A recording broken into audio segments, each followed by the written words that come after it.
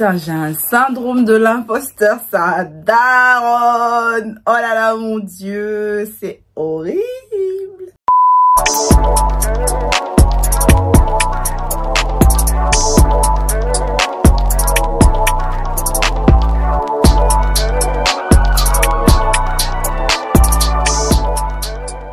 Hello tout le monde, j'espère que vous allez tous et toutes très bien. On se retrouve aujourd'hui après 11 mois d'absence. Ça fait longtemps que je suis partie et je sais que vous vous demandez mais où est-ce que t'étais en fait ma chérie, t'as complètement disparu. Genre, je pense qu'il y a des gens de mon entourage qui savent même pas que j'ai une chaîne YouTube. J'avoue que moi-même j'avais oublié que j'avais une chaîne YouTube en fait. J'avais oublié que j'avais une petite audience qu'il fallait entertain. Simplement. Alors pour ceux et celles qui ne me connaissent pas, bonjour, je m'appelle Lydiane aka Lizone sur les réseaux. Bienvenue sur ma chaîne. Je vous demande pardon. Je vous demande pardon. Prenez-moi comme une petite sœur. Vraiment, je suis désolée. Je vous demande pardon, population. Vous pouvez m'appeler pour me juger. Vous pouvez m'appeler à tout moment. Je ne dis pas que c'était totalement justifié, mais c'était quand même un peu justifié. Alors, pour commencer, les hostilités. Qu'est-ce qu'on a fait pendant les 6 derniers mois de l'année 2023? Parce que je vous ai laissé en août. Donc août, septembre, octobre, novembre, décembre et janvier 2024 en soi. Alors, si vous vous souvenez bien, je vous avais dit, avant de partir, que j'avais trouvé un nouveau taf. Sincèrement, c'est le travail pour lequel j'ai prié. Genre vraiment, j'ai prié pour ce travail-là. Non pas seulement parce que ça a été ma bouée de sauvetage après ma rupture, mais aussi parce que c'était vraiment quelque chose de challengeant pour moi. C'était tout nouveau, c'était challengeant, faut parler de l'anglais, je traite des affaires à l'international, il y a plein d'interlocuteurs. Donc vraiment, c'est un truc qui bouge. Et donc, je voulais vraiment faire ça bien pour être embauchée parce que bien évidemment t'as une petite période d'essai et tout. Mais il faut savoir que ma période d'essai elle a duré 6 mois et ça en fait c'est la norme dans l'entreprise en fait. Quand t'es embauché tu fais 6 mois de période d'essai. Donc pendant 6 mois j'étais en période d'essai et qui dit période d'essai dit que tu dois te rendre tous les jours sur le lieu parce que en période d'essai t'as pas de télétravail. En tout cas dans mon entreprise en période d'essai t'as pas de télétravail. Donc clairement j'allais au travail 5 jours sur 7. Désolée, mais j'avais pas la force de venir m'asseoir pour faire coucou les amis, j'espère que vous allez bien. Je ne pouvais pas. Je ne pouvais pas tout simplement parce que mon corps ne me le permettait pas. Tout simplement parce que j'étais fatiguée et parce que j'avais besoin de me reposer. J'étais plus habituée à ce rythme-là parce que je venais d'un travail où j'avais 3 jours de TT. Donc je profitais quand même assez pour pouvoir filmer, pour pouvoir faire des activités. Mais là, c'était impossible avec mon nouveau travail. C'était pas possible. Pendant 6 mois, je suis allée au travail du lundi au vendredi. Sincèrement, le samedi, c'était le jour où j'avais besoin de faire une grasse mat. Même jusqu'à 16h, 17h, j'étais couchée. Je faisais rien de spécial, mais juste, je reposais mon corps pour me remettre dans le jus. Dimanche, franchement, c'est un jour, tu te réveilles à 7h, tu fermes les yeux, tu te réveilles, il est 21h. Donc franchement, c'était pas du tout le jour où j'allais filmer. J'ai passé mon temps à bosser. Putain, il fait chaud, ça daronne. Yeah! Ah non, attendez. Je suis désolée les gars. Je suis désolée, mais on va faire une pause. On va faire des pauses hydratation. Je peux pas en fait. C'est pas possible. Hein? Il fait chaud. C'est une dinguerie. C'est une dinguerie. La vidéo n'a pas de sens. Je viens d'arriver, je fais déjà n'importe quoi. Je suis vraiment désolée, mais...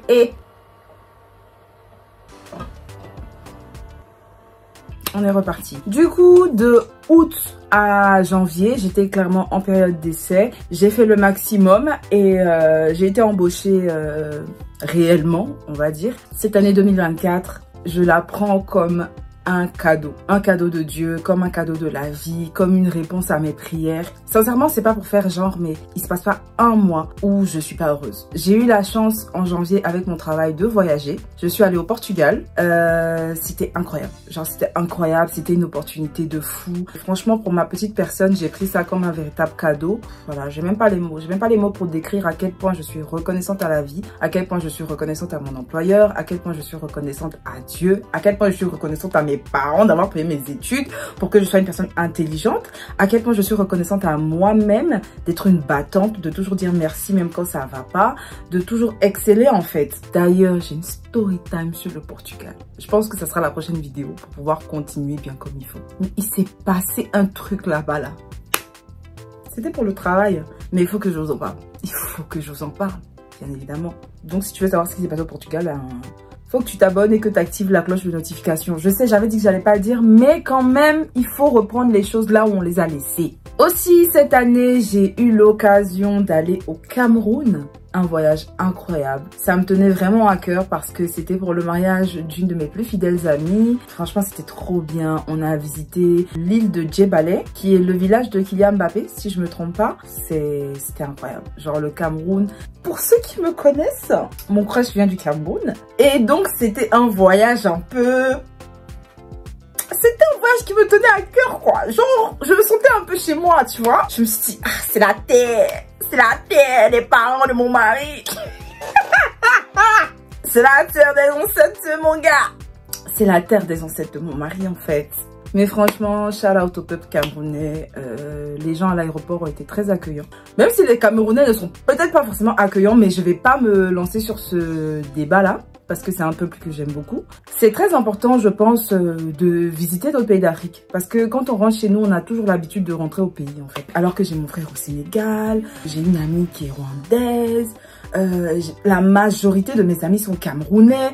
Donc, en fait, n'ayons pas peur de sortir de notre zone de confort pour aller voir comment ça se passe dans les autres pays. Vraiment, c'était une belle découverte, en fait. C'était une très belle découverte. Mais là encore, bien évidemment, comme je suis paresseuse, je n'ai pas bloqué. Après, sincèrement, je suis partie au Cameroun que pour 4 jours. Donc vraiment, moi je trouve que c'est des petits moments où quand tu es tout le temps en train de vlogger, tu profites pas du truc, tu profites pas du moment. Alors que je restais peut-être pas comme les autres une semaine ou je sais pas plus longtemps. Donc moi j'avais vraiment envie de profiter et puis voilà, passer un beau moment. C'était comme je vous ai dit un mariage, donc il y a des copines qui sont venues de Côte d'Ivoire, il y en a qui sont venues de Belgique, il y en a qui sont venues du Canada. Donc c'était vraiment un moment de retrouvailles et c'était incroyable, c'était trop bien. J'ai sorti ma meilleure tenue. J'étais trop belle. Ah, franchement, cérémonie de mariage impeccable. C'était impeccable. L'ambiance, les tenues. Pardon. Je crois que je vais remettre à l'image ma tenue. J'étais trop fraîche. J'étais trop fraîche. Genre vraiment, j'étais au Cameroun en mode, je suis venue pour vous montrer qui est votre belle-fille. Je suis venue pour vous montrer qui est votre belle-fille en fait. Et bientôt, très bientôt, en octobre, je pars pour une autre destination. Je ne vous dirai pas laquelle, bien évidemment. Je veux que ce soit une surprise parce qu'il y aura un vlog en bonne et due forme, de préparation de voyage. On va aller ensemble, on va découvrir ensemble. Cette année, comme j'ai dit, c'est une année qui est chère à mon cœur aussi parce que je vais bientôt avoir 30 ans. C'est un âge qui est très symbolique pour moi. Genre, je sais pas comment le dire, mais moi, 30 ans, c'est un âge qui est trop symbolique. Et j'avais trop envie, enfin, j'espérais trop être heureuse à mes 30 ans. Ça vraiment, c'est un truc qui me tenait à cœur.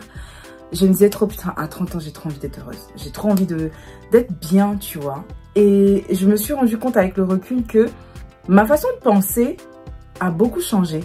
Peut-être parce que ça fait 1 an bientôt que... Enfin, même pas bientôt. Ça fait 1 an que je suis célibataire. Ça fait 1 an que je vis toute seule. Ça fait 1 an que j'ai dû réapprendre à accepter ma seule présence. Et j'aurais pas cru ça, mais ça m'a tellement changé ma façon de voir les choses.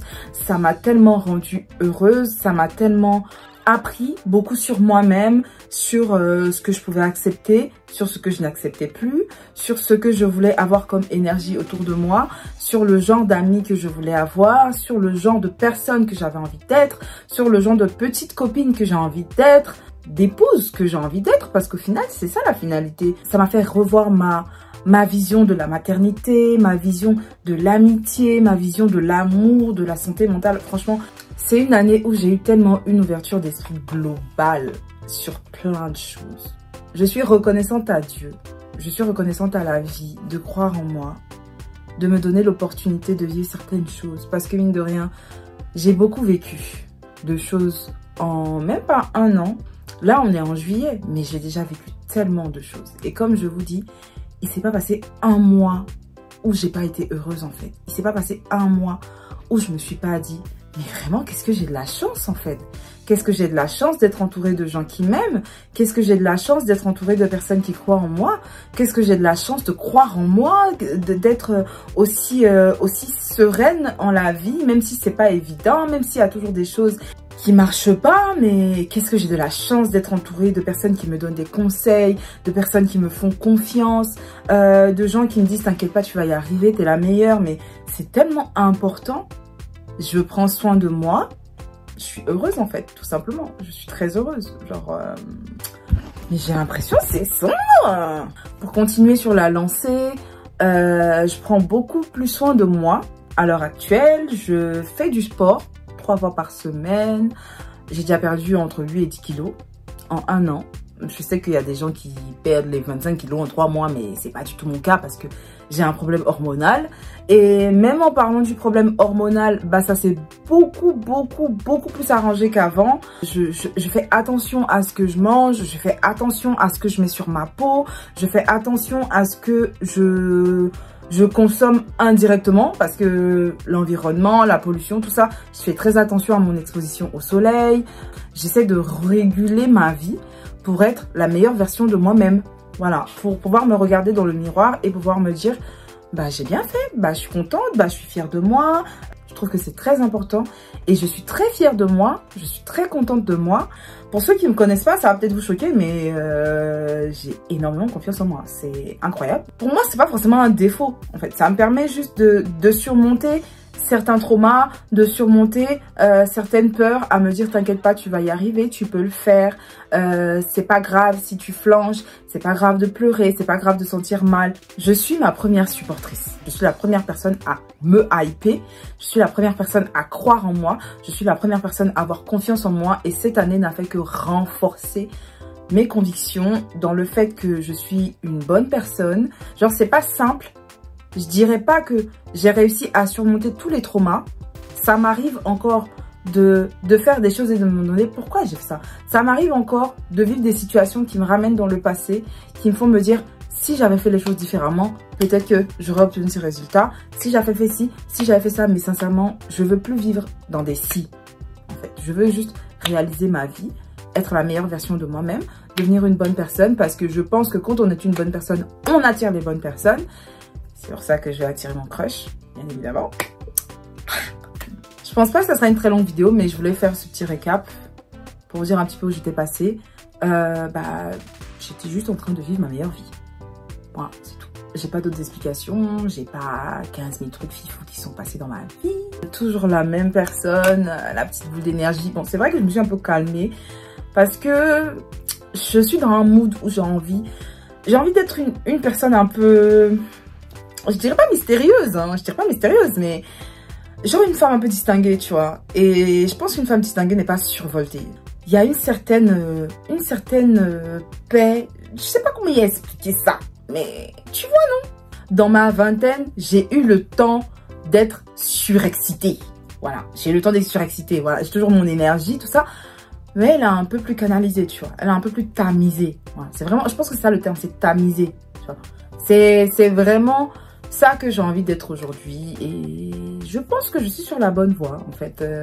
C'est ce que j'avais à vous dire et comme j'ai dit, restez connectés parce que c'est reparti. Je suis contente que vous soyez restés sur ma chaîne. Ça m'a beaucoup surpris parce que pendant mon absence, j'ai eu de nouveaux abonnements. Donc je vous dis merci hein, parce que c'est pas évident de laisser sa chaîne et de revenir et de voir qu'il y a 3, 4, 5 personnes qui sont abonnées. C'est pas grand chose mais moi je préfère avoir une petite communauté de personnes qui sont fidèles, qui sont avec moi, qu'on a les mêmes délires, qui rigolent, qui partagent, qui like et tout, qui ramènent des gens qui sont positifs, plutôt que d'avoir une énorme communauté de haters et de gens qui comprennent pas ce que tu fais, qui sont tout en train de te critiquer. Non, c'est pas le but. Encore une fois, ça reste les réseaux sociaux. On connaît pas forcément la personnalité des gens, mais je suis contente que vous ayez réussi à capter la mienne. Je suis good vibes, donc ça va pas changer. Et puis voilà, donc c'est tout ce que j'avais à vous dire. N'oubliez pas de vous abonner, de liker cette vidéo si elle vous a plu. Et on reste connecté pour d'autres vidéos. Et puis pour ceux qui viennent d'arriver, bah, tout simplement bienvenue sur la Lizone en fait. On se retrouve très bientôt pour une nouvelle vidéo. C'était Lidou et qui est Lizone. Et je vous dis à bientôt.